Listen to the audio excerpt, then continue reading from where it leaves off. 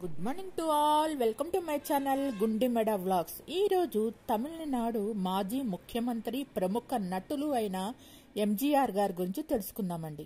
ఎంజీఆర్ గా ప్రసిద్ధి చెందిన మరత్తూర్ గోపాలన్ రామచంద్రన్ 1917 జనవరి 17న జన్మించారు. 1987 డిసెంబర్ 24న మరణించారు.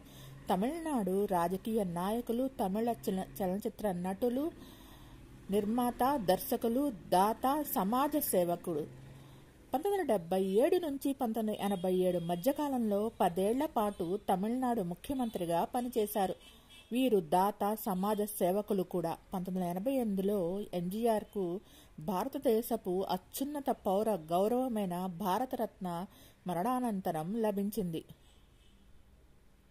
తన యవ్వనంలో ఎంజీఆర్, అతని అన్నయ్య ఎంజీ చక్రపాణి తమ కుటుంబాన్ని పోషించడానికి ఒక నాటక బృందంలో సభ్యులయ్యారు.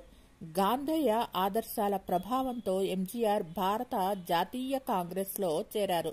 కొన్ని సంవత్సరాల పాటు నాటకాల్లో నటించిన తర్వాత 1936లో సతీ లీలావతి చిత్రంలో ఒక సహాయక పాత్రలో చలనచిత్ర రంగ ప్రవేశం చేశారు. 1940 దశకం చివరి కల్లా అతను కథానాయక పాత్రలు సంపాదించారు.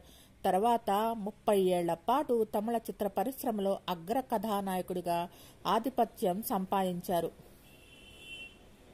సిఎన్ అన్నాదురై నేతృత్వంలోని ద్రవిడ మున్నేట్ర కజగం డిఎంకే పార్టీలో ఎంజీఆర్ సభ్యులయ్యారు.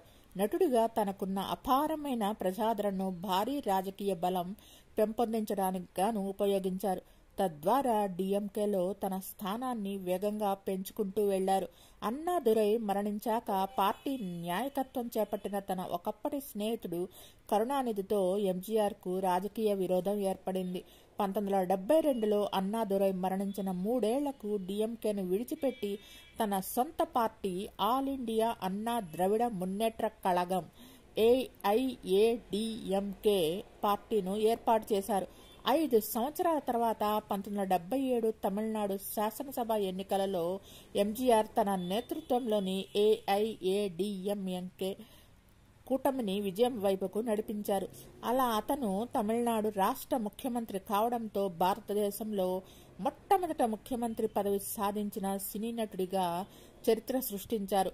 ఆయన నేతృత్వంలో ఏఐఏడిఎంకే 1980లోను 1984లోను మరో 2 పర్యాయాలు రాష్ట్ర శాసనసభ ఎన్నికల్లో విజయం సాధించింది. 1980లో కేంద్ర ప్రభుత్వం తన ప్రభుత్వాన్ని కూలదోసి రాష్ట్రపతి పాలన విధించిన 6 నెలలు మినహాయిస్తే 1987లో మరణించే వరకు తమిళనాడు ముఖ్యమంత్రిగా పదవీకాలంలో కొనసాగారు. మారుత్తూర్ గోపాలన్ రామచంద్రన్ తన మొదటి అక్షరాలు ఎంజీఆర్తో ప్రసిద్ధి చెందారు. ఒక భారతీయ నటులు, రాజకీయవేత్త మరియు పరోపకారి. అతను 1977 నుండి 87లో మరణించే వరకు తమిళనాడు ముఖ్యమంత్రిగా పనిచేశారు. ఆయన అఖిల భారత అన్నా ద్రవిడ మున్నేట్ర కజగం వ్యవస్థాపకులు మరియు మొదటి ప్రధాన కార్యదర్శి. 19 మార్చి 1988న రామచంద్రన్ మరణానంతరం భారతదేశ అత్యున్నత పౌర గౌరవమైన భారతరత్నను అందుకున్నారు. రామచంద్రన్ స్వాతంత్రానంతర భారతదేశంలో అత్యంత ప్రభావవంతమైన రాజకీయ నాయకుల్లో ఒకరిగా పరిగణించబడ్డారు. రాజకీయాలతో పాటు చలనచిత్ర వ్యక్తిగా ఆయన జాతీయ చలనచిత్ర అవార్డు, 3 తమిళనాడు రాష్ట్ర చలనచిత్ర అవార్డులు మరియు 2 ఫిల్మ్ఫేర్ అవార్డు సౌత్ను అందుకున్నారు. ఎంజీఆర్, అతని అన్నయ్య ఎంజీ చక్రపాణి తమ కుటుంబాన్ని పోషించుకోవడానికి ఒక నాటక బృందంలో సభ్యులయ్యారు. గాంధీ ఆదర్శాలచే ప్రభావితమయ్యి రామచంద్రన్ ఇండియన్ నేషనల్ కాంగ్రెస్ లో చేరారు. కొన్ని సంవత్సరాలు నాటకాల్లో నటించిన తర్వాత 1936 సతీ లీలావతి అనే చిత్రంలో సహాయక పాత్రలో తన సినీ రంగ ప్రవేశం చేశారు. 1940 చివరి నాటికి అతను ప్రధాన పాత్రలో పోషించే అవకాశం పొందారు. రామచంద్రన్ తమిళ సినిమా యొక్క 3 అతిపెద్ద పేర్లలో ఒకరు. మిగిలిన 2 శివాజీ గణేశన్ మరియు జమినీ గణేశన్. శివాజీ గణేశన్ నాటకీయ చిత్రాల్లో రాణించినప్పటికీ జమినీ గణేశన్ తన శృంగార చిత్రాలకు ప్రసిద్ధి చెందారు. ఎంజీఆర్ యాక్షన్ హీరోగా ప్రసిద్ధి చెందారు. మాస్ ఫాలోయింగ్ చాలా ఎక్కువ ఎంజీఆర్ కి. రామచంద్రన్ సిఎన్ అన్నాదురై నేతృత్వంలోని ద్రవిడ మున్నేట్ర కజగం డిఎంకే పార్టీ సభ్యుడయ్యారు మరియు రాజకీయ పునాదిని నిర్మించడానికి సినీ నటుడిగా తనకున్న ప్రజాదరణను ఉపయోగించుకున్నారు. 1972లో అన్నాదురై మరణించిన నాటికి 3 సంవత్సరాల తర్వాత ఆయన డిఎంకేను విడిచిపెట్టి ఆ తర్వాత ఎం కరుణానిధి నాయకత్వంలో తన సొంత పార్టీని స్థాపించారు, ఆల్ ఇండియా అన్నా ద్రవిడ మున్నేట్ర కజగం. 5 సంవత్సరాల తర్వాత రామచంద్రన్ 1977 ఎన్నికల్లో ఏఐఏడిఎంకే నేతృత్వంలోని కూటమిని విజయానికి నడిపించారు. ఈ ప్రక్రియలో డిఎంకేను ఓడించారు.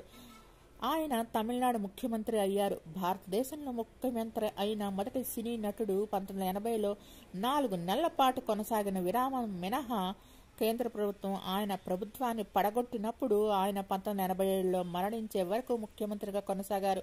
ఏఐఏడిఎంకే మరియు 1984లో మరో 2 ఎన్నికల విజయాలకు దారితీసింది. 1984 అక్టోబర్లో రామచంద్రన్ మధుమేహం కారణంగా మూత్రపిండాల వైఫల్యానికి గురయ్యారని నిర్ధారణ అయింది. దీర్ఘకాలిక అనారోగ్యంతో బాధపడుతూ ఆయన డిసెంబర్ 24, 1987న మనపక్కల్లోని రామవరం గార్డెన్స్లోని తన నివాసంలో మరణించారు.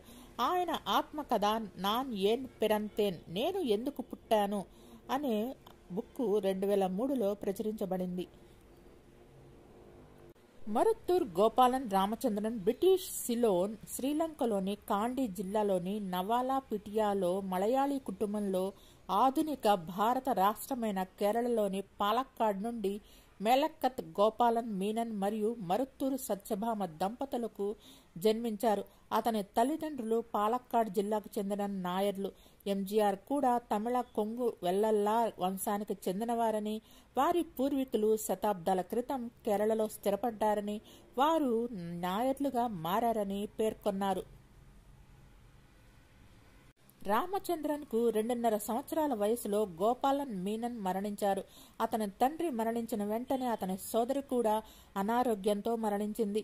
రామచంద్రన్ మరియు అతని సోదరుణ్ణి పెంచడానికి అతని తల్లి ఒంటరిగా కష్టపడాల్సి వచ్చింది. ఆమె భారతదేశానికి తిరిగి రావాలని నిర్ణయించుకొని కేరళకు తిరిగి వెళ్ళింది. అక్కడ ఆమె బంధువుల మద్దతు లేకపోయింది. కుంభకోణంకు చెందిన వేలు నాయర్ మద్దతుతో సత్యభామ తన 2 కుమారులను పాఠశాలలో చేర్పించారు. పాఠశాలలోనే రామచంద్రన్ తన నటనా జీవితాన్ని ప్రారంభించి బాయ్స్ కంపెనీ డ్రామా ట్రూపులో చేరి ఆ ట్రూపు నిర్వహించే కఠినమైన శిక్షణా కార్యక్రమాలలో పాటలు, నృత్యం, కత్తి యుద్ధం, వాక్చాతుర్యం మరియు జ్ఞాపక శక్తి వంటి రంగాలలో చురుకైన ఆసక్తి మరియు ప్రమేయంతో పాల్గొన్నారు. తన బాల్యంలో ఎదుర్కొన్న సవాళ్లు తన పాత్రను, రాజకీయ జీవితాన్ని రూపొందించడంలో ముఖ్యమైన పాత్ర పోషించాయి. మెడ్రాస్ కందసామి మొదలియార్ సహాయంతో విదేశాలలో కొంతకాలం నటనా జీవితం గడిపిన తర్వాత, ఆ సమయంలో తాను స్త్రీ పాత్రలు పోషించిన తర్వాత భారతదేశానికి తిరిగి వచ్చి బాయ్స్ కంపెనీలో తిరిగి చేరి మొదటిసారి ప్రధాన పాత్రలు పోషించడం ప్రారంభించారు. తన తొలినాళ్లలో రామచంద్రన్ ఒక భక్తుడైన హిందువు మరియు శ్రీ మురుగన్ మరియు ఆమె తల్లికి ఇష్టమైన దేవుడు శ్రీ గురువాయూరప్పన్ భక్తులు. డిఎంకేలో చేరిన తర్వాత అతను హేతువాదిగా మారారు. రామచంద్రన్ మొదటి వివాహం చితరికులం భార్గవిని తంగమణి అని కూడా పిలుస్తారు. ఆమె అనారోగ్యం కారణంగా ముందుగానే మరణించింది. తర్వాత అతను రెండవసారి సత్యానందవతిని వివాహం చేసుకున్నారు. ఆమె కూడా వివాహం తర్వాత కొద్ది కాలానికి క్షయవ్యాధి కారణంగా మరణించారు. తర్వాత రామచంద్రన్ మూడవసారి వివాహం చేసుకున్నాడు. ఈసారి మాజీ తమిళ సినీ నటి విఎన్ జానకిని వివాహం చేసుకున్నారు.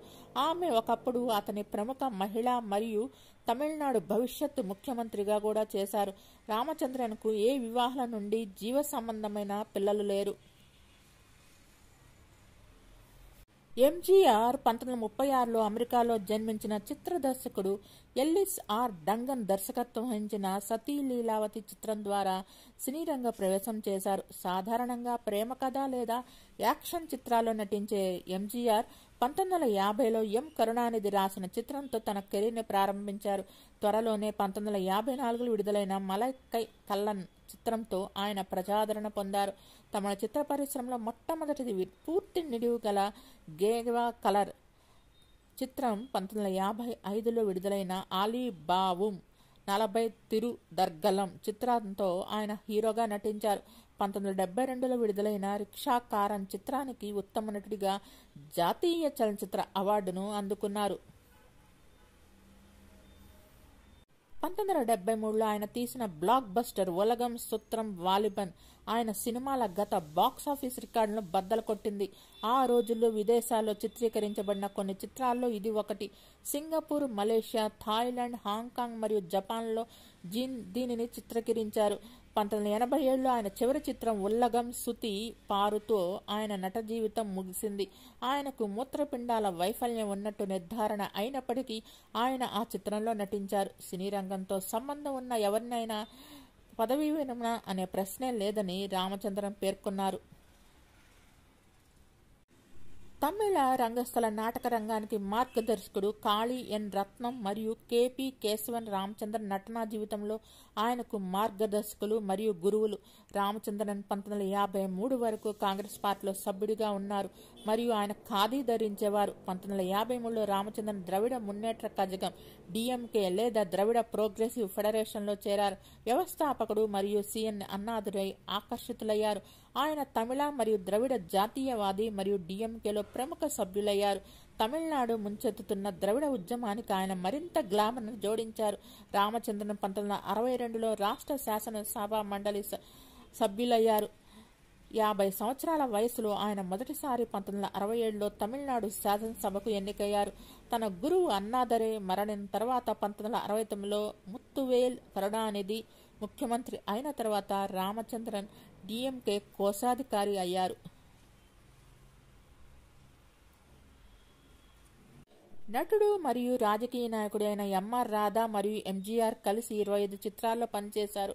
జనవరి 12, 1967న రాధా మరియు ఒక నిర్మాత భవిష్యత్ చిత్ర ప్రాజెక్టు గురించి మాట్లాడడానికి ఎంజీఆర్ను సందర్శించారు. సంభాషణ సమయంలో ఎంఆర్ రాధా లేచి నిలబడి ఎంజీఆర్ ఎడమ చెవిలో 2 సార్లు కాల్చుకుని ఆపై తనను తాను కాల్చుకోవడానికి ప్రయత్నించారు. ఆపరేషన్ తర్వాత ఎంజీఆర్ గొంతు మారిపోయింది. అతని చెవిలో కాల్పులు జరపడంతో ఎంజీఆర్ ఎడమ చెవిలో వినికిడి కోల్పోయాడు మరియు చెవిలో రింగింగ్ సమస్యలు వచ్చాయి. 1983లో అతనికి మూత్రపిండాల సమస్యలు వచ్చినప్పుడు ఇవి మరింత బయటపడ్డాయి. కాల్పుల సంఘటన తర్వాత సిన్నప్ప దేవర్ ఎంజీఆర్ను ఆసుపత్రిలో చూడటానికి మొదటిసారి వచ్చినప్పుడు ఎంజీఆర్ తదుపరి చిత్రం కోసం ముందస్తుగా చెల్లించాడు. ఆసుపత్రి నుండి విడుదలై అరసకట్టల్లై పూర్తి చేసిన తరువాత ఎంజీఆర్ వైద్యుల సలహాకు విరుద్ధంగా దేవర్ చిత్రం వివాసాయిలో నటించారు. ఆపరేషన్ కారణంగా కావలకన్ చిత్రంలో రామచంద్రన్ మాట్లాడే భాగాలు తగ్గాయి. సన్నివేశాల మధ్య ఎంజీఆర్ పాత మరియు కొత్త స్వరాలతో మాట్లాడిన ఏకైక చిత్రం ఇది. షూటింగ్ జరిగినప్పుడు ఎంజీఆర్ 1967లో జయలలిత సరసన కావలకన్ చిత్రంలో నటిస్తున్నాడు. ఎంజీఆర్ మరియు ఏఎం రాధా కలిసి నటించిన చివరి చిత్రం పెట్రాల్ తాన్ సిల్లయ్య. రామచంద్రన్ కాల్చబడటానికి కొన్ని రోజుల ముందు షూటింగ్ ముగిసింది. బుల్లెట్ అతని మెటల్లో శాశ్వతంగా గుమికూడి అతని గొంతు దెబ్బతింది. కాల్పులు జరిగిన కొన్ని గంటల్లోనే ఎంజీఆర్ను తీసుకెళ్లిన ఆసుపత్రి వద్ద దాదాపు 50,000 మంది అభిమానులు గుమికూడారు. ప్రజలు వీధుల్లో కేకలు వేశారు. 6 వారాల పాటు అభిమానులు అతని ఆరోగ్య నివేదిక కోసం ఎదురు చూస్తుండగా అతను ఆసుపత్రిలోనే ఉన్నారు. చలచిత్ర పరిశ్రమ, రాజకీయ మరియు అధికార యంత్రాంగం యొక్క ప్రముఖులు మరియు సామాన్యులు ఆయన్ను సందర్శించారు. తన ఆసుపత్రి మంచం నుండి ఆయన మెడ్రాసు శాసనసభకు తన ప్రచారాన్ని నిర్వహించారు. ఆయన తన కాంగ్రెస్ ప్రత్యర్థి కంటే 2 ఓట్లను గెలుచుకున్నారు మరియు అసెంబ్లీకి ఏ అభ్యర్థి పోలైన అత్యధిక ఓటును గెలుచుకున్నారు. ఎంజీఆర్ నటించిన పలు సినిమాలు తెలుగులోకి డబ్ అయినాయి. వాటిలో 1971లో వచ్చిన సర్వాధికారి, ఆలీబాబా, 40 దొంగలు, సాహస వీరుడు, రాజపుత్ర రహస్యం, మహాదేవి, వీరఖడ్గం, అనగనగా ఒకరోజు, దేశింగురాజు కథ, బాగ్దాద్ గజదొంగ, కత్తిపట్టిన రైతు, జేబు దొంగ, 2 కొడుకులు, ఏకైక వీరుడు, భాగ్యవంతులు, వీరపుత్రుడు, అదృష్టవతి, రాణి సంయుక్త, ఇంటి దొంగ, దొంగ నోట్లు, దొంగ బంగారం, దొంగను పట్టిన దొర, హంతకుడెవరు, కథానాయకుడు కథ, కాలం మారింది, ఘరానా హంతకుడు, 3 అమ్మాయిలు, 3 హత్యలు, ఎవరా స్త్రీ, ఎవరి పాపాయి, కాలచక్రం, ధనమే ప్రపంచలీల, పెళ్ళంటే భయం, సభాష్ రంగా, అంతులేని హంతకుడు, అగ్గిరవ్వ, దెబ్బకు దెబ్బ, దోపిడీ దొంగలు, కొండవీటి సింహం, డ్రైవర్ మోహన్, నా మాటంటే హడల్, ప్రేమ మనుషులు, సికింద్రాబాద్ సిఐడి, బందిపోటు భయంకర్, రిక్షా రాముడు, లోకం చుట్టని వీరుడు, కాశ్మీర్ బుల్లోడు 1976లో వచ్చిన మంచి కోసం తెలుగులో వచ్చిన చివరి సినిమా. ప్రముఖ దర్శకులు మణిరత్నం దర్శకత్వం వహించిన ఇరువర్ 1997లో ఇది తెలుగులో ఇద్దరు సినిమాగా డబ్ అయింది. ఈ సినిమాలో ఎంజీఆర్ మరియు ఎం కరుణానిధి మధ్య వచ్చిన శత్రుత్వం ఆధారంగా రూపొందించబడింది. మలయాళ నటుడు మోహన్ లాల్ ఎంజీఆర్ పాత్ర పోషించారు. 2019లో స్ట్రీమింగ్ సిరీస్ క్వీన్లో ఇంద్రజిత్ కుమారన్ అతను ఎంజీఆర్ పాత్రను పోషించారు. తలైవి చిత్రంలో ఎంజీఆర్ పాత్రను అరవింద స్వామి పోషించాడు. ఎంజీఆర్ మరణానంతరం ఆయన రాజకీయ పార్టీ అయిన ఆల్ ఇండియా అన్నా ద్రవిడ మున్నేట్ర కజగం ఆయన భార్య విఎన్ జానకి ఎంజీఆర్ మరియు జె జయలలిత మధ్య విడిపోయింది. వారు 1989లో మళ్లీ విలీనం అయ్యారు. 1989లో doctor MGR home and higher secondary school for the speech and hearing aids ను రామాపురంలోని ఎంజీఆర్ తోట్టం వద్ద జనవరి 1987లో ఆయన రాసిన చివరి వీలునామా ప్రకారం స్థాపించారు. టీ నగర్లోని 27 ఆర్కాట్ స్ట్రీట్లోని ఆయన అధికారిక నివాసం ఇప్పుడు ఎంజీఆర్ మెమోరియల్ హౌస్గా మారింది మరియు ప్రజల సందర్శనార్థం తెరిచి ఉంది. ఆయన film studio Satya studios doctor MGR Janaki college of arts and science for women పేరుతో మహిళా కళాశాలగా మార్చబడింది. ఎంజీఆర్ను తమిళనాడులో పురుచి తలైవర్ అంటే విప్లవాత్మక నాయకుడిగా విస్తృతంగా గుర్తిస్తారు. చెన్నైలోని ప్రధాన రహదారుల్లో ఒకటైన డాక్టర్ ఎంజీఆర్ సలైకు ఆయన గౌరవార్థం పేరు పెట్టారు. దీన్ని గతంలో గోకుల కన్నన్ రోడ్ అని పిలిచేవారు మరియు ఇప్పుడు ఎంజీ రామచంద్ర విగ్రహం అక్కడ ఉంది మరియు చెన్నైలో నివాస ప్రాంతమైన ఎంజీఆర్ నగర్కు ఆయన పేరు పెట్టారు. సేలం సెంట్రల్ బస్టాండ్ను భారతరత్న డాక్టర్ ఎంజీఆర్ సెంట్రల్ బస్టాండ్గా మరియు ఓమలూరు మెయిన్ రోడ్డును సేలంలో ఎంజీఆర్ సలైగా, తిరునెల్వేలి కొత్త బస్టాండ్ను తిరునెల్వేలి భారతరత్న డాక్టర్ ఎంజీఆర్ బస్టాండ్గా, 2 పార్కులకు భారతరత్న పురిచి తలైవర్ ఎంజీఆర్ పార్క్ మరియు తుత్తుకూడిలోని ఎంజీఆర్ పార్క్ అని పేరు పెట్టారు. రామచంద్ర నిలువెత్తు విగ్రహాన్ని డిసెంబర్ 7, 2006న పార్లమెంటు భవనంలో అప్పటి లోక్సభ స్పీకర్ సోమనాథ్ చటర్జీ ఆయన గౌరవార్థం ఆవిష్కరించారు మరియు ఈ కార్యక్రమానికి తమిళనాడు మాజీ ముఖ్యమంత్రి జె జయలలిత మరియు ప్రముఖ రాజకీయ నాయకులు హాజరయ్యారు. 2017లో జనవరి 17న చెన్నైలో జరిగిన ఆయన శతజయంతి ఉత్సవాల సందర్భంగా కేంద్ర ప్రభుత్వం ₹100 మరియు ₹5 విలువ గల స్మారక నాణెంను విడుదల చేశారు. 2017 అక్టోబర్ 31న తమిళనాడు ప్రభుత్వం ఆయన గౌరవార్థం మదురైలోని మట్టుతవాణి బస్టాండ్ పేరును ఎంజీఆర్ బస్టాండ్గా మార్చింది. 9 అక్టోబర్ 2018న తమిళనాడు ప్రభుత్వం చెన్నైలోని చెన్నై మోఫసిల్ బస్ టెర్మినల్ను పురిచి తలైవర్ డాక్టర్ ఎంజీఆర్ బస్ టెర్మినల్గా గౌరవించడానికి పేరు మార్చింది. 2019 ఏప్రిల్ 5న భారత ప్రభుత్వం ఆయన గౌరవార్థం చెన్నైలోని చెన్నై సెంట్రల్ రైల్వే స్టేషన్ను Puratchi Thalaivar doctor MGR central railway స్టేషన్గా పేరు మార్చారు. 2020 జూలై 31న తమిళనాడు ప్రభుత్వం ఆయన గౌరవార్థం చెన్నైలోని సెంట్రల్ మెట్రోను పురిచి తలైవర్ డాక్టర్ ఎంజీఆర్ సెంట్రల్ మెట్రోగా పేరు మార్చారు. 2021 అక్టోబర్ 17న చెన్నైలోని ఏఐఏడీఎంకే ప్రధాన కార్యాలయాన్ని పార్టీ వ్యవస్థాపకుడి జ్ఞాపకార్థం పార్టీ నాయకులు పురిచి తలైవర్ ఎంజీఆర్ మాళిగైగా పేరు మార్చారు. 1974లో ది వరల్డ్ యూనివర్సిటీ అరిజోనా నుంచి గౌరవ డాక్టరేట్ను అందుకున్నారు. 1987లో మెడ్రాస్ విశ్వవిద్యాలయం నుంచి గౌరవ డాక్టరేట్ అందుకున్నారు. ఎంజీఆర్ నిజంగా జయలలితకు గురువు.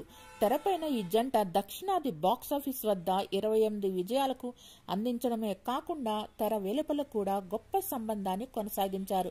వారు విడిపోయే వరకు వివాహితుడు మరియు వయసు పరంగా చాలా పెద్దవాడైన ఎంజీఆర్తో తన సంబంధాన్ని జయలలిత అధికారికంగా చేసుకోవాలనుకుంది. కానీ ఆయన ఇష్టపడలేదు. జయలలిత తెలుగు నటుడు శోభన్ బాబును వివాహం చేసుకున్నారని పుకార్లు వచ్చాయి. సంవత్సరాల తరబడి విభేదాలు తలెత్తిన తర్వాత 1970లో అన్నా ద్రవిడ మున్నేట్ర కజగం ఏడీఎంకే తరపున ఎంజీఆర్ తమిళనాడు ముఖ్యమంత్రి అయినప్పుడు ఆయన జయలలితను రాజకీయాలకి పరిచయం చేశారు.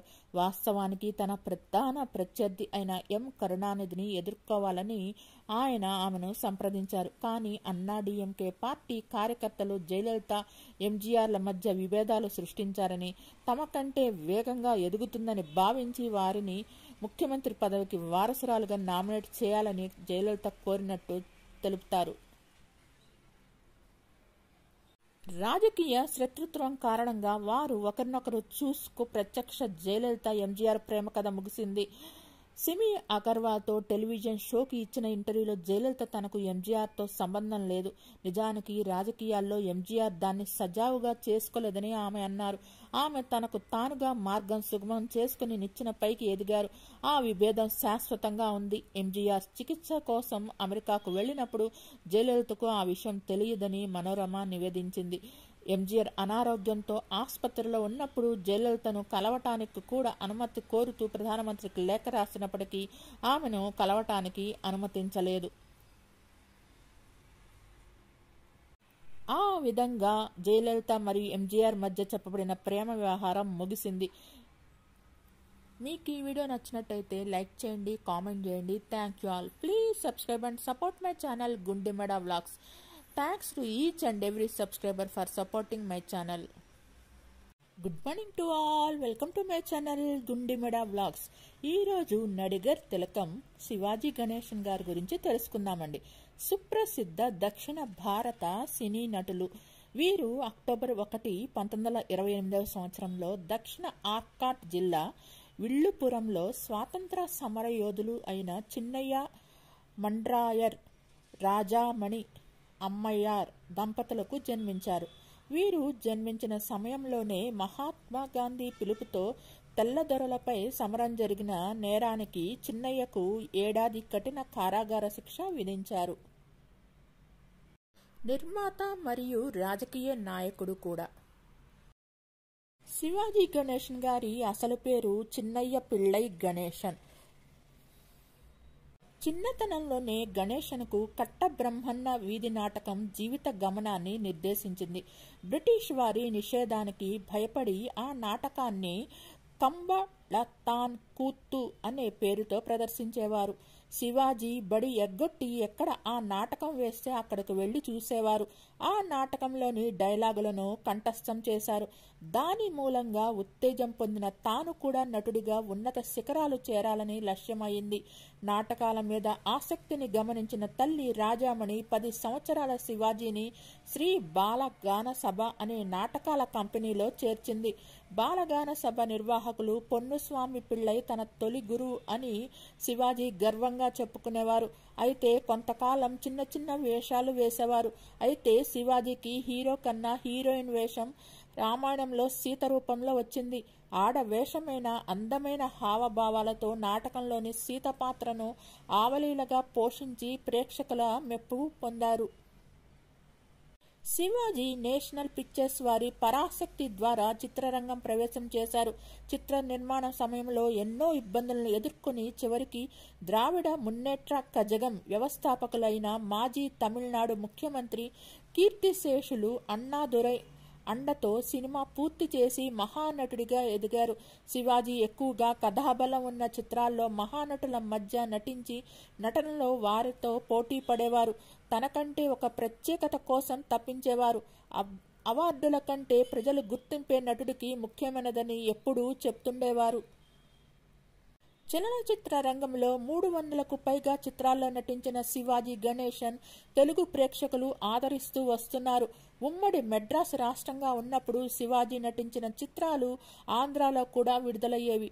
తెలుగులో పరదేశి, పెంపుడు కొడుకు, మనోహర, పరాశక్తి, బొమ్మల పెళ్లి, పిల్లలు తెచ్చిన చల్లని రాజ్యం, సంపూర్ణ రామాయణం, రామదాసు, భక్త తుకారం, జీవన తీరాలు, చాణక్య చంద్రగుప్త, నివురుగప్పిన నిప్పు, విశ్వనాథ నాయకుడు వంటి చిత్రాల్లో వైవిధ్యమైన పాత్రలు పోషించారు. తెలుగులో శివాజీ నటనకు కళా వాచస్పతి జగ్గయ్య గారి కంఠం సంపూర్ణత్వాన్ని కలిగించేది. తమిళంలో బిఆర్ పంతులు తీసిన కర్ణన్ చిత్రంలో శివాజీ కర్ణుడి పాత్రలో ఎన్టీఆర్ శ్రీకృష్ణుడిగా నటించారు. ఆ చిత్రంలో శివాజీ నటనను చూసిన ఎన్టీఆర్ ఆశ్చర్యపోయారు.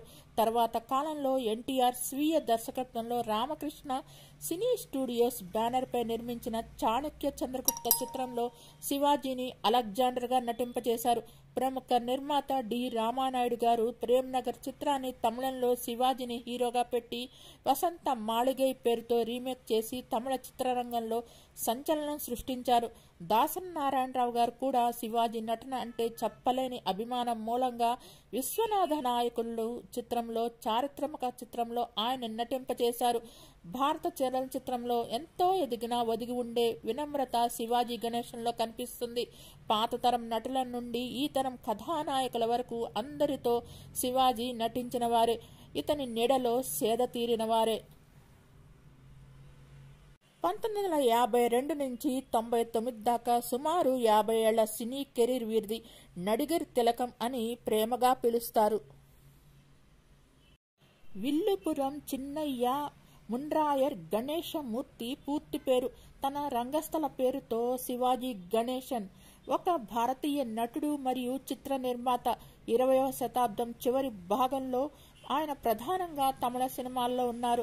శివాజీ గణేశన్ అన్ని కాలాల్లోనూ గొప్ప నటుల్లో ఒకరిగా మరియు ఇతర నటులతో అనుకరించబడిన వారిలో ఒకరిగా గుర్తింపు పొందారు. ఆయన తన బహుముఖ ప్రజ్ఞ మరియు తెరపై నటించిన విభిన్న పాత్రలకు ప్రసిద్ధి చెందారు. దీనివల్ల ఆయనకు తమిళనాడులో నడిగర్ తిలకం అంటే నటులకు గర్వం అనే మారుపేరు వచ్చింది. 50 ఏళ్ల పైగా సినీ కెరీర్లో ఆయన తమిళం, తెలుగు, కన్నడ, మలయాళ మరియు హిందీ భాషల్లో 288 చిత్రాల్లో నటించారు. తమిళంలో 250కి పైగా చిత్రాల్లో ఆయన ప్రధాన పాత్ర పోషించిన ఏకైక నటుడు శివాజీ గణేశన్. 1960 ఈజిప్టులోని కైరోలో జరిగిన అంతర్జాతీయ చలనచిత్రోత్సవం ఆఫ్రో ఏషియన్ చలనచిత్రోత్సవంలో ఉత్తమ నటుడు అవార్డును గెలుచుకున్న తొలి భారతీయ నటుడు గణేశన్ గారు. అనేక మంది ప్రముఖ దక్షిణ భారత నటులు తమ నటనను గణేశన్ ప్రభావితం చేసినట్టు తెలిపారు. 1997లో గణేశన్ భారతదేశంలోని చిత్రాలకు అత్యున్నత గౌరవమైన దాదా సాహెబ్ ఫాల్కే అవార్డు లభించింది. ఆర్డర్ డేస్ ఆర్ట్స్ ఎటో డేస్ లెట్రెస్ యొక్క చెవాలియర్ గా ఎంపికైన మొదటి భారతీయ నటుడు కూడా. అదనంగా అతను జాతీయ చలనచిత్ర అవార్డు, 4 ఫిలింఫేర్ అవార్డులు మరియు 3 తమిళనాడు రాష్ట్ర చలనచిత్ర అవార్డులు కూడా అందుకున్నారు. గణేశన్ తమిళ సినిమా చరిత్రలో ఒక దిగ్గజ వ్యక్తిగా గుర్తుండిపోతారు. ఆయన మరణించిన తర్వాత ది లాస్ ఏంజల్స్ టైమ్స్ ఆయనను భారతీయ చిత్ర పరిశ్రమలో మార్లన్ బ్రాండోగా అభివర్ణించారు. తన తల్లిదండ్రులకు 4వ కుమారుడిగా జన్మించిన శివాజీ గణేశన్ తండ్రి అనుమతి లేకుండా 7 ఏళ్ల వయసులో ఒక టూరింగ్ స్టేజ్ డ్రామా కంపెనీలో చేరాలని నిర్ణయించుకున్నారు. 10 సంవత్సరాల వయసులో తిరుచిరాపల్లిలో ఒక డ్రామా బృందంలో చేరి రంగస్థల నాటకాల్లో ప్రదర్శన ఇవ్వడం ప్రారంభించారు. నాటక బృంద శిక్షకుల నుండి అతను నటన మరియు నృత్యం కూడా నేర్చుకునే అదృష్టం పొందారు. అతను భరతనాట్యం, కథక్ మరియు మణిపూర్ నృత్య రూపకాల్లో కూడా శిక్షణ పొందారు. శివాజీ గణేశన్ పొడవైన పంక్తులను సులభంగా గుర్తుంచుకునే నిటారుగా ప్రదర్శించేవారు. ఆ బృందం గణేష్ను ప్రధాన పాత్ర పోషించాలని ఇష్టపడ్డారు మరియు అతను అలాగే కొనసాగారు. సిఎన్ అన్నాదురై రాసిన శివాజీ కంద హిందూ రాజ్యం నాటకంలో శివాజీ పాత్రను పోషించడం వల్ల అతనికి శివాజీ అనే బిరుదు లభించింది. దీనిని సామాజిక సంస్థ పెరియార్ అధ్యక్షుడు జరిగిన ఒక ప్రజా కార్యక్రమంలో ఆయనకు ప్రదానం చేశారు. అప్పటి నుండి ఆయనను శివాజీ అనే పేరుతో పిలవటం ప్రారంభించారు. శివాజీ గణేశన్ 1952లో కృష్ణన్ పంజు జంటగా నటి పండరీబాయితో కలిసి నటించారు. తమిళ చిత్రం పరాశక్తి ద్వారా నటుడిగా అరంగేట్రం చేశారు. ఈ చిత్రం తక్షణమే వాణిజ్యపరంగా విజయవంతమైంది. అనేక థియేటర్లో 175 రోజులకు పైగా ప్రదర్శితమైంది. ఇది విడుదలైన 62 కేంద్రాల్లో 50 రోజులకు పైగా ప్రదర్శనమైంది. మరియు శ్రీలంకకు చెందిన మైలాన్ థియేటర్లో దాదాపు 40 వారాల పాటు ప్రదర్శితమైంది. నేషనల్ పిక్చర్స్ కి చెందిన చిత్ర పంపిణీదారు PA Perumal Mudaliar, AVM production కు చెందిన ఏఏ మియప్పన్ పోషకత్వంలో పరాశక్తి చిత్ర హక్కులను కొనుగోలు చేశారు. అదే పేరుతో శక్తి నాటక సభ నాటకంలో నూర్జహాన్ పాత్రలో గణేశన్ నటనకు ముగ్ధుడైన పిఏ పెరుమాళ్ గణేశన్ను ఎంపిక చేశారు. 1950లో పరాశక్తి స్క్రీన్ టెస్ట్ కోసం గణేశన్ మెడ్రాసుకు విమాన టికెట్ ఇప్పించింది కూడా ఆయనే. గణేశన్ ఒకేసారి తెలుగు, తమిళ ద్విభాషా చిత్రం పరదేశీ పూంగళై కోసం చిత్రీకరించారు. ఇది మొదట విడుదల కానున్న అతని అసలు చిత్రంగా భావించబడింది. కానీ పెరుమాళ్ దాన్ని సహనిర్మాత అంజలీదేవిని పరాశక్తిని మొదటగా విడుదల చేయనివ్వని కోరమని తర్వాత చాలా కాలం తర్వాత విడుదలైంది మరియు ఆమె అంగీకరించారు. శివాజీ గణేశన్ గారు సినిమాల్లోకి రావటానికి 2 కారణాలున్నాయి. 1940 మరియు 50లో తమిళ చిత్రాల్లో ప్రధాన కళాకారులు తెలుగువారు. వారి నటన తమిళంలో వారి సంభాషణల ప్రదర్శనతో సరిపోలేదు. వాస్తవానికి శివాజీ గణేశన్ తన స్వరాన్ని తెలుగు నటుడైన ముక్కామలకి తమిళ చిత్రం నిరపరాధి కోసం అందించారు. ఈ చిత్రం తమిళ ప్రేక్షకుల నుంచి మంచి ఆదరణ పొందారు. రెండవది 1950లో సిఎస్ అన్నాదురై మరియు ఎం కరుణానిధి నాయకత్వంలో తమిళనాడులో ద్రవిడ ఉద్యమం వృద్ధి చెందింది. స్క్రిప్ట్ రైటింగ్ ద్వారా వారి భాషా నైపుణ్యాలను సినిమా రంగంలో మార్చడం వారి తక్షణ ఆమోదాన్ని నిర్ధారించింది. ప్రజాదరణ పొందిన ఈ దశలో గణేశన్ సినిమాల్లోకి ప్రవేశించడం సులభం మరియు అనివార్యమైంది మరియు అతను తనను తాను మెరుగైన స్థితిలో స్థిరపరచుకోగలిగారు. 1954లో వచ్చిన అందనాళ్ తమిళ సినిమాలో ఒక ట్రెండ్ సెట్టర్గా నిలిచింది. ఎందుకంటే దానికి పాటలు లేవు మరియు గణేశన్ యాంటీ హీరోగా నటించారు. ఈ చిత్రం మరుసటి సంవత్సరం అధ్యక్షుడి వెండి పతకాన్ని గెలుచుకుంది. అదే సంవత్సరం అతను తన పోటీదారుడు ఎంజీఆర్తో కలిసి కూందుక్కిలిలో నటించారు. అక్కడ అతను వ్యతిరేకి పాత్ర పోషించారు. ప్రకృతి వైపరీత్యాల సమయంలో మరియు విద్యాభివృద్ధి కోసం శివాజీ గణేశన్ గారు అనేక ఆర్థిక విరాళాలు అందించారు. 1960లో కె కామరాజ్ మధ్యాహ్న భోజన పథకాన్ని ప్రవేశపెట్టారు. దీనికోసం శివాజీ గణేశన్ ₹1,00,000 విరాళంగా ఇచ్చారు. పేదరికంలో ఉన్న సి కక్కన్కు శివాజీ గణేశన్ 80 గ్రాముల బంగారం గొలుసును బహుకరించారు మరియు సేలం నెహ్రూ ఆడిటోరియంలో జరిగిన తంగ పడకం నాటకం నుండి వచ్చిన మొత్తం ఆదాయాన్ని కూడా విరాళంగా ఇచ్చారు. 1965 ఇండో పాకిస్తాన్ యుద్ధంలో కూడా ఆయన పెద్ద మొత్తంలో డబ్బును విరాళంగా ఇచ్చారు. కాయత్తారులోని వీరపాండ్య కట్టబ్రహ్మణ ఉరితీసిన ప్రదర్శన శివాజీ గణేశన్ కొనుగోలు చేసి తనతో వీరపాండ్య కట్టబొమ్మన విగ్రహాన్ని ఉంచారు. అది ఇప్పటికీ ఒక స్మారక చిహ్నంగా ఉంది. ఆయన వెంకటేశ్వర ఆలయం మరియు బృహదీశ్వర ఆలయం, తంజావూరు వంటి అనేక దేవాలయాలకు ఏనుగులను దానం చేశారు. శివాజీ గణేశన్ రాజకీయ జీవితం వచ్చి 1949లో ద్రవిడ మున్నేట్ర కజగంలో జాయిన్ అయ్యి 1956లో విడిచిపెట్టారు. ఆ తర్వాత భారతీయ జాతీయ కాంగ్రెస్లో 1964లో చేరి 1988లో విడిచిపెట్టారు. ఆ తర్వాత కాంగ్రెస్లో చేరి 1969 నుంచి 75 దాకా ఉన్నారు. ఆ తర్వాత జనతాదళ్లో చేరారు.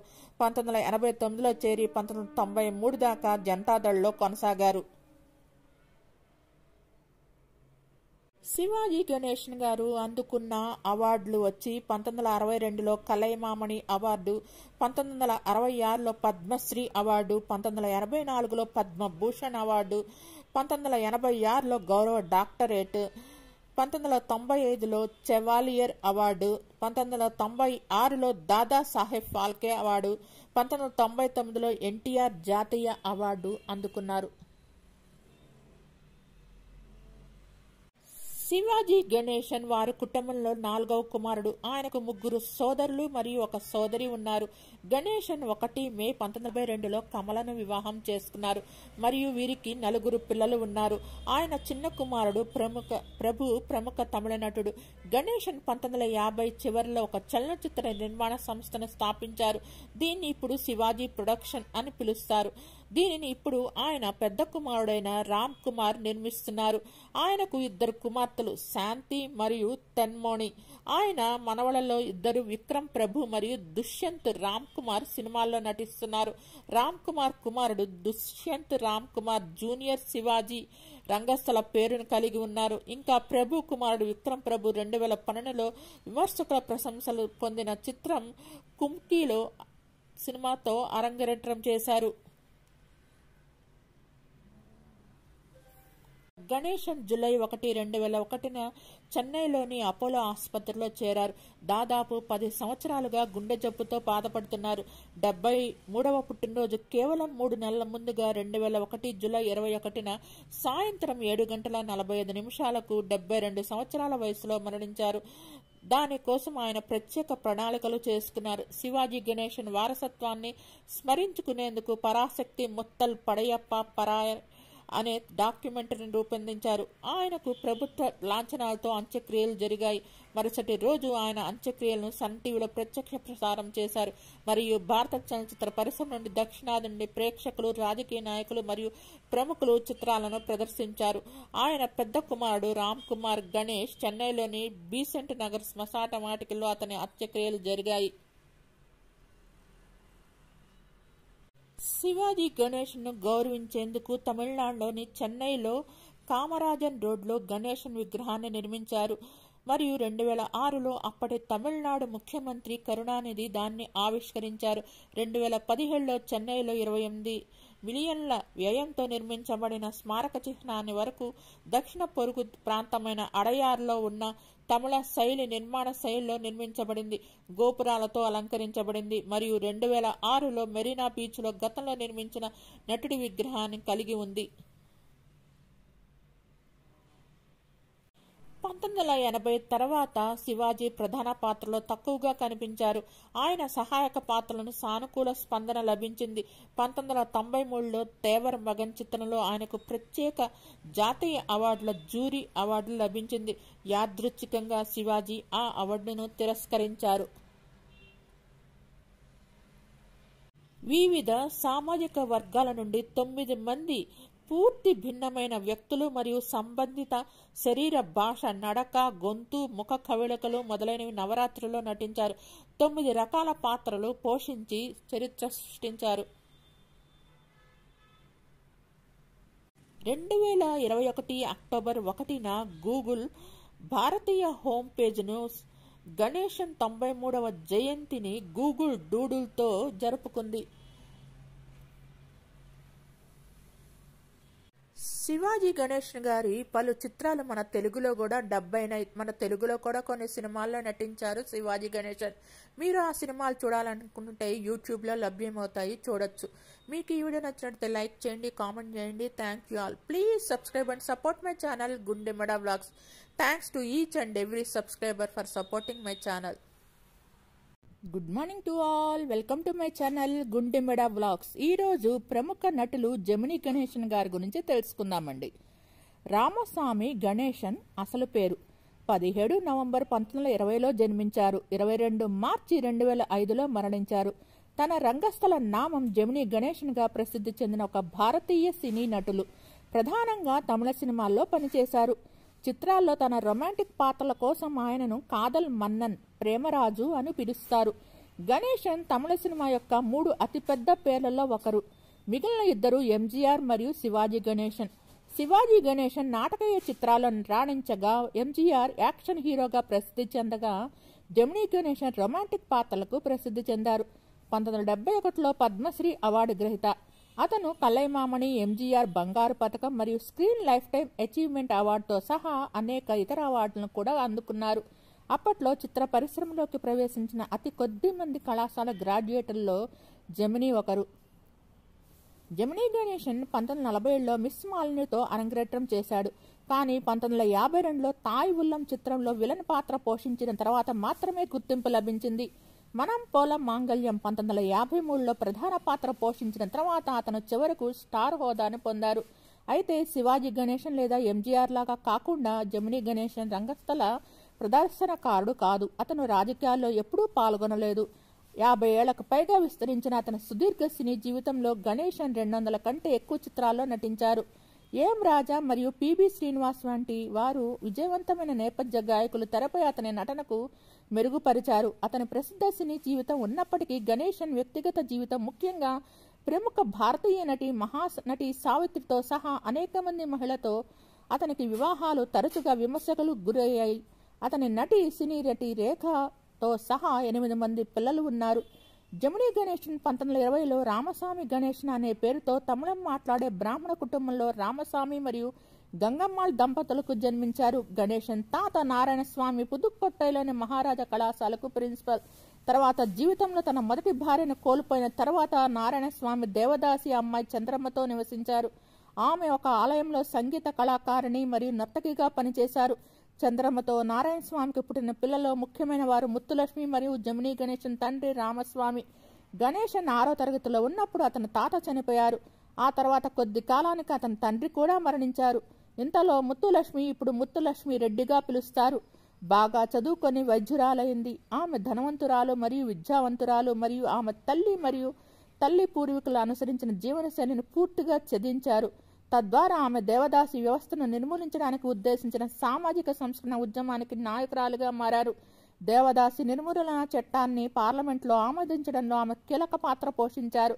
తన తండ్రి మరణం తర్వాత గణేశన్ తన తల్లి భాగీరథితో కలిసి మెడ్రాసులో, ఇప్పుడు చెన్నై అని పిలుస్తారు, తన అత్త ముత్తులక్ష్మి ఇంటికి వెళ్లారు. ముత్తులక్ష్మి తన తల్లి చంద్రమ్మకు, భాగీరథి గణేశన్లకు కూడా ఆశ్రయం కల్పించింది.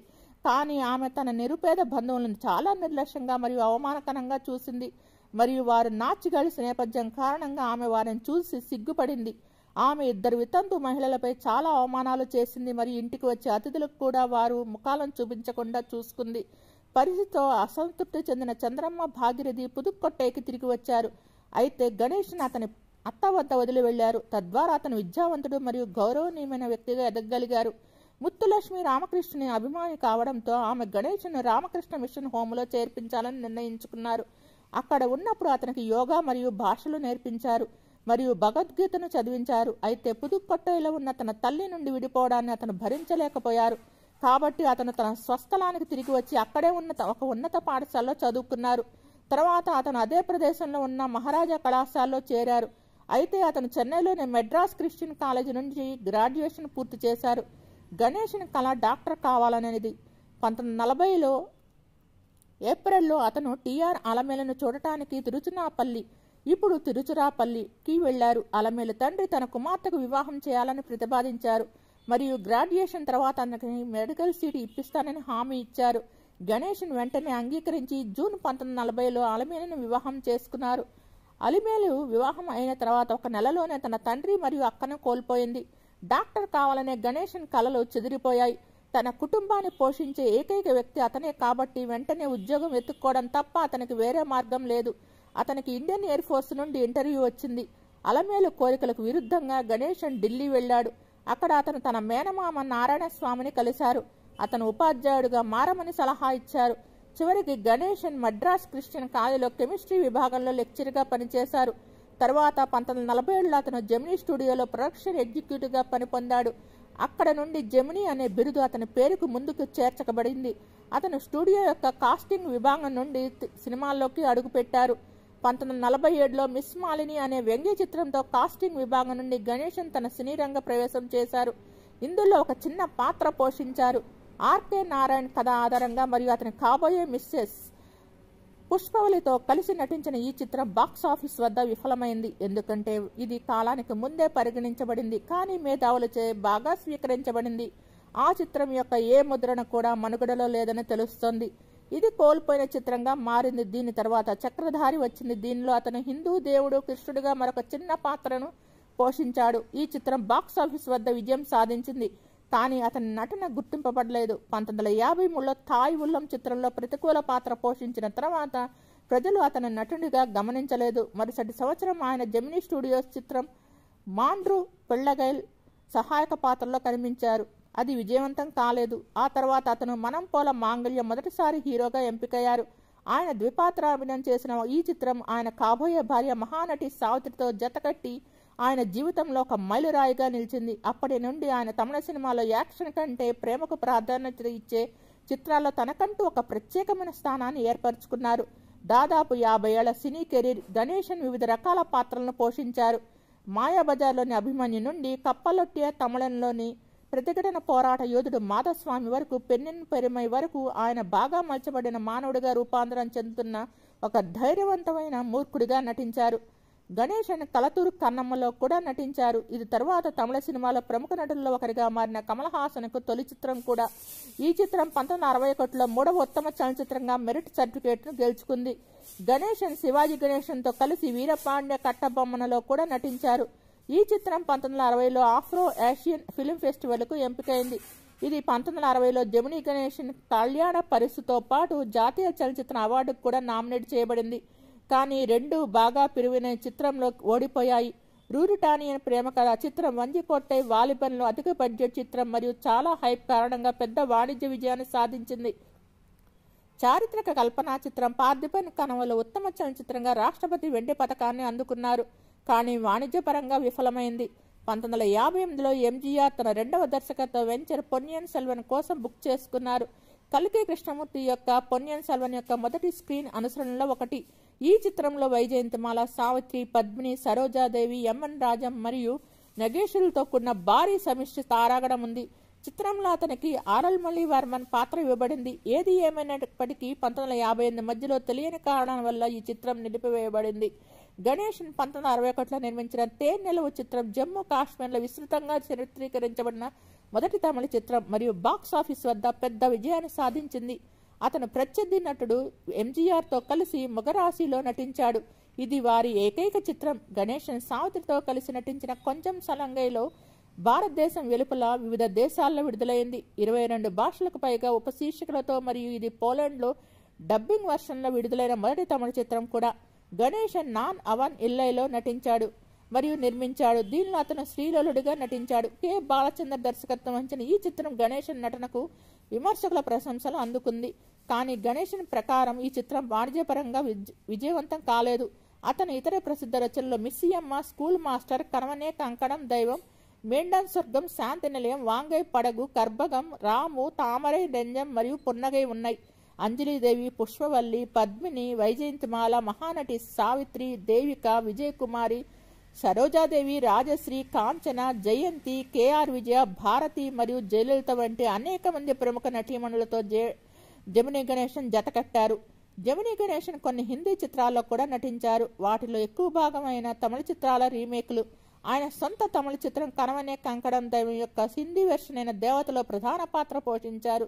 మిస్సియమ్మ రీమేక్ మిస్ మేరీ 1953లో ఆ సంవత్సరం అతిపెద్ద భారతీయ విజయవంతమైన సినిమాల్లో ఒకటిగా నిలిచింది. ఆయన తన సొంత వంజికోట్టై వాలిబన్ ఆధారంగా రూరిటియన్ ఇతిహాస చిత్రం రాజ్ తిలక్ 1958లో కూడా నటించారు. విడుదలైన వారంలోనే అది బాక్సాఫీస్ వద్ద విఫలమైంది. తర్వాత ఆయన తన సొంత కళ్యాణ పరిస్థితి యొక్క హిందీ రీమేక్ అయిన నజరాలో అతిథి పాత్ర పోషించారు. తర్వాత తన కెరీర్లో గణేశన్ క్యారెక్టర్ రోల్స్కి మారారు. ముఖ్యంగా తెలుగు సినిమా రుద్రవీణ, దానిలో తమిళ రీమేక్ ఉన్న మళియం తంబి 1988లో రిలీజ్ అయిన ఈ సినిమా అవై షణ్ముగి 1996లో. ఇందులో ఆమె అసలు లింగం గురించి తెలియని వృద్ధుడి పాత్రను పోషించారు. తన నటనా జీవితం ముగిసే సమయానికి అతను ప్రధానంగా టెలివిజన్ ధారావాహికల్లో నటించడానికి ఎంచుకున్నారు. ముఖ్యంగా కృష్ణదాసి, గణేశన్, మెట్టుకూడి, కాలమెల్లన్, కాదల్ వాంగా, తొడరంలో నటించారు. మరియు అతని చివరి ప్రధాన పాత్ర అదే సంవత్సరం నమక్కు ఇరువర్లో మరియు గేదెల 20 ప్రత్యేక పాత్రల్లో 2004లో కనిపించారు. శివాజీ గణేశన్ మరియు ఎంజీఆర్ లాగా కాకుండా జెమినీ గణేశన్ మొదట్లో థియేటర్ నటుడు కాదు. అందువలన అతని నటన తాజాగా నమ్మదగినదిగా మారింది. అతని అభిమానులతో స్నేహపూర్వకంగా సంభాషించినప్పటికీ అతని అభిమానుల సంఘాలను ప్రోత్సహించడం మానేశారు. రాజీవ్ గాంధీ రాజ్యసభ ఎంపీ ఆఫర్ను తిరస్కరించే స్థాయికి గణేశన్ రాజకీయాలకు దూరంగా ఉన్నారు. 1963లో ఎట్టాయపురంలో సుబ్రహ్మణ్య భారతి కోసం ఒక కార్యక్రమాన్ని నిర్వహించినప్పుడు మాత్రమే అతను రాజకీయాలకు దగ్గరగా వచ్చారు. నటనతో పాటు గణేశన్ ఒక వ్యాపారవేత్త మరియు రియల్ ఎస్టేట్ మరియు ఆస్తి అభివృద్ధిలో భారీగా పెట్టుబడి పెట్టాడు. అతను టెన్నిస్, గోల్ఫ్ మరియు బ్యాడ్మింటన్ వంటి వివిధ క్రీడలలో నైపుణ్యం కలిగి ఉన్నారు మరియు అతని కళాశాల క్రికెట్ జట్టుకు నాయకత్వం కూడా వహించారు. గణేశన్ ఇదయ మలర్ 1976లో చిత్రానికి కూడా దర్శకత్వం వహించారు. రొమాంటిక్ హీరోగా గుర్తింపు లభించింది. 19 ఏళ్ల వయసులో జెమినీ గణేశన్ అలమేలును వివాహం చేసుకున్నారు. ఆమెతో కలిసి జీవించి ఆమెను బాబ్జీ అని ముద్దుగా పిలిచేవారు. తర్వాత అతను తన మొదటి భార్యతో వివాహం చేసుకుంటూనే సావిత్రిని వివాహం చేసుకున్నారు. ఇతనికి ఇతర వివాహాలు కూడా ఉన్నాయి. అలమేలు మరియు గణేశన్కి 4 కుమార్తెలు. వారిలో 3 రేవతి, కమల మరియు జయలక్ష్మి వైద్యులు. 4వది Narayani, the Times of India journalist. గణేశన్కు పుష్పవల్లి, బాలీవుడ్ నటి రేఖ మరియు రాధతో 2 కుమార్తెలు ఉన్నారు. తర్వాత వారు కొన్ని తమిళ చిత్రాల్లో నటించారు. కానీ తర్వాత వివాహం చేసుకుని యునైటెడ్ స్టేట్స్కి వలస వెళ్లాలని నిర్ణయించుకున్నారు. సావిత్రి మరియు గణేశన్కు 2 పిల్లలు ఉన్నారు. ఒక కుమార్తె విజయ చాముండేశ్వరి మరియు గణేశన్ ఏకైక కుమారుడు సతీష్ కుమార్. నటుడు తన ఆత్మకథ వాంగై పడగులో ఇలా పేర్కొన్నాడు: ఏదో విధంగా నేను బాధలో ఉన్న మహిళలను ఆకర్షించినట్టు అనిపించింది. కాదల్ మన్నన్ అనే శీర్షిక తన వ్యక్తిగత జీవితంలో తనను నల్లగా మార్చుకునేలాగా చేసింది. కాబట్టి అతను దానిని చూసి చిరాకు పడ్డాడు. అతనికి 7 కుమార్తెలు మరియు 1 కుమారుడు ఉన్నారు. రామానుజన్ 2014లో నటించిన అభినయ వడ్డీ అనే కుమారుడు ఉన్నాడు. అందువల్ల ఆమె గణేశన్ మనవడు. అతను 4వ భార్య జూలియానా ఆండ్రూ. ఆమెను అతను జూలై 1998లో వివాహం చేసుకున్నారు. ఇంకా నటి సావిత్రి అధికారిక బయోపిక్ దర్శకుడు నాగస్విన్ తెలుగులో మహానటి పేరుతో నిర్మించారు. దుల్కర్ సల్మాన్ గణేశన్ పాత్రలో నటించారు మరియు జెమినీ గణేశన్ పాత్ర యొక్క భావోద్వేగ భాగాన్ని కూడా చిత్రీకరించడానికి అతని పాత్ర యొక్క శారీరక పోలికలను మించి ఉంటుందని అశ్విన్ వెల్లడించారు. మూత్రపిండాల వైఫల్యం మరియు బహుళ అవయవ వైఫల్యం కారణంగా దీర్ఘకాలిక అనారోగ్యంతో బాధపడుతున్న జెమినీ గణేశన్ 22 మార్చి 2005న మరణించారు. జెమినీ గణేశన్ వారసురాలుగా నటి రేఖ తను సినీ రంగంలోకి అడుగుపెట్టారు. 3వ వారసుడిగా జెమినీ గణేశన్ కూతురు విజయ చాముండేశ్వరి, సావిత్రి గారి అమ్మాయి, సావిత్రి గారి మనవడు అయిన అభినయ్, విజయ చాముండేశ్వరి గారి అబ్బాయి సినీ రంగంలోకి అడుగుపెట్టారు. మిగతా వాళ్ళందరూ విద్యావంతులుగా ఉన్నారు. సావిత్రి గారి అబ్బాయి జెమినీ గణేశన్ గారి అబ్బాయి సతీష్ కుమార్ సాఫ్ట్వేర్ ఇంజనీర్గా యుఎస్ఏలో సెటిల్ అయ్యారు. జెమినీ గణేశన్ 1920 నవంబర్ 17న పుదుక్కొట్టైలో జన్మించారు. మార్చి 22, 2005న పుదుక్కొట్టైలో మరణించారు. కాదల్ మన్నన్, సాంబార్ అని పిలుస్తారు. 1947 నుంచి 2005 దాకా సినిమాల్లో నటించారు. అలిమేలు, సావిత్రి, పుష్పవల్లి, జులియానా వీరికి భార్యలు. తెలుగులో నటించిన సినిమాలొచ్చి 1959లో సౌభాగ్యవతి కాగా మా ఊరి అమ్మాయి, పవిత్ర ప్రేమ, పతివ్రత, శృంగార లీల, రుద్రవీణ, ఉన్నాల్ ముడియం తంబి, భామనే సత్యభామనే ఇది 1996లో వచ్చిన చిత్రం. పలు తమిళ సినిమాలు మన తెలుగులో జెమినీ గణేశన్ గారి డబ్ అయినాయి. మీకు వీరి సినిమాలు చూడాలంటే మన యూట్యూబ్లో చూడవచ్చు. రుద్రవీణలో సినిమాలో చిరంజీవికి తండ్రిగా జెమినీ గణేశన్ నటించారు.